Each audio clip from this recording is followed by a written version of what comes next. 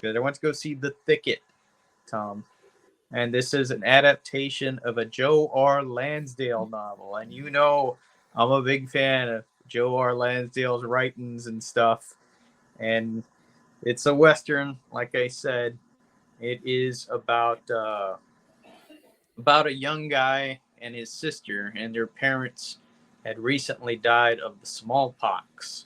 You know, so their granddaddy comes and picks them up and say, "Hey, you're gonna come live with us in this ranch or whatever." But along the way, they come across a group of bandits led by somebody named Cutthroat Bob or Bill. I don't remember. But in the book, it's a guy, you know. In this, they did a little gender swapping. And it's a Juliette Lewis playing Cutthroat Bob or Bill. I don't remember which. And she's got like scar faced and shit. You know, she looks a lot like her dad in this. So she's looking, you know, ugly and like a little scary. You know, it's a chick you would kind of like give a little wide berth to. You know, just like, you know, I'll stay away from her. So she does like a gravelly voice too. She's talking like this, you know, as Roop mentioned after the movie, she's sounding like a Sling Blade. So that gets kind of old, you know, just talking like this, Tom. I'll kill yous. A lot has been made of her performance. Like, oh, she needs an Academy Award. She was okay. She's okay. Anyway, so they kill the grandpa, kidnap the sister because she's a lesbian, Tom. You know, cut Wait. the What kind? Huh? What kind? Well, I'm talking about the Juliette Lewis, Cutthroat Bob. She's a lesbian, not the lipstick variety. Right. You know? She's abducting women, so that's the kind. You know, she can't woo them with her look and charming personality and voice. So what you're saying is she's a dude. Right. Yeah. Yeah. She is I don't know what you call them. I don't know the proper terminology. We used to say I don't think that's the vernacular anymore. Anyway, they kidnap her. This kid, like, hey, he needs to get her back. You know, he doesn't know what, you know, been raised a Christian soul all his life. He's not a violent guy. You know? So he meets this gravedigger and his midget buddy. And the midget buddy, he was a badass with a rifle. Worked with old Wild Bill Hickok Circus, you know, and Annie Oakley and them. So he knows how to shoot and everything. And so he offers him all the money he has and says, "Oh, Cutthroat Bob, she's got a $10,000 bounty." Like, oh, that's a good amount of money. Okay, we'll help you out, kid. And you know, along the way, he meets a whore, and they bring the whore along, and you know, she's helping out, and then finally, Tom, they get to the thicket, you know. But at the end of the movie, they get to the thicket. Thing about the movie, about the book, is like that's a big deal. You can't go to the thicket. That's where all the fucking outlaws are. You know, you go to the thicket, you're not gonna fucking come out.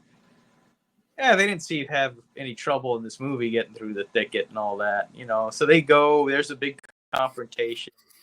Uh, if you're a fan of Metallica, and I don't know why you would be, you know, because it's no longer 87, 88, you know. They put out maybe 5 good albums and they all went to shit. They've since had like 6 or 7 albums that suck.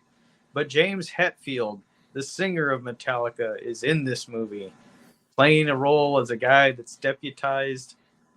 He's in it, you know, he's nothing special. He's there. It's just so you can say, hey, look, there's James Hetfield. I don't know why they cast him.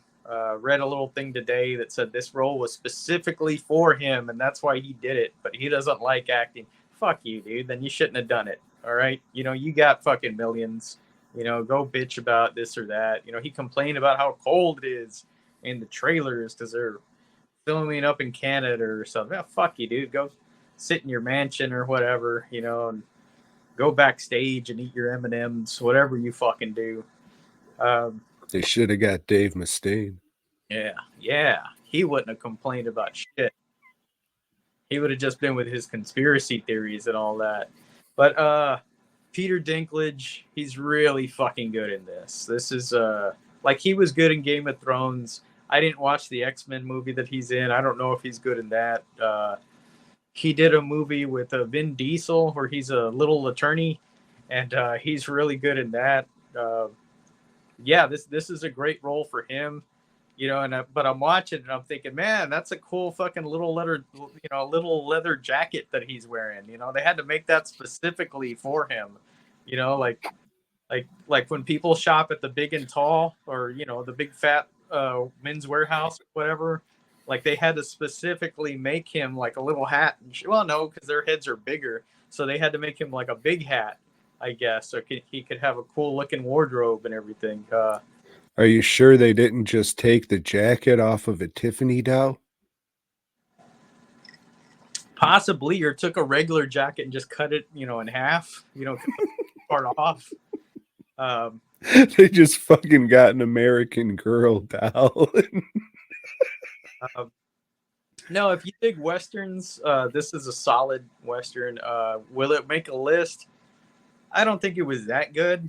It was good. It's a good adaptation.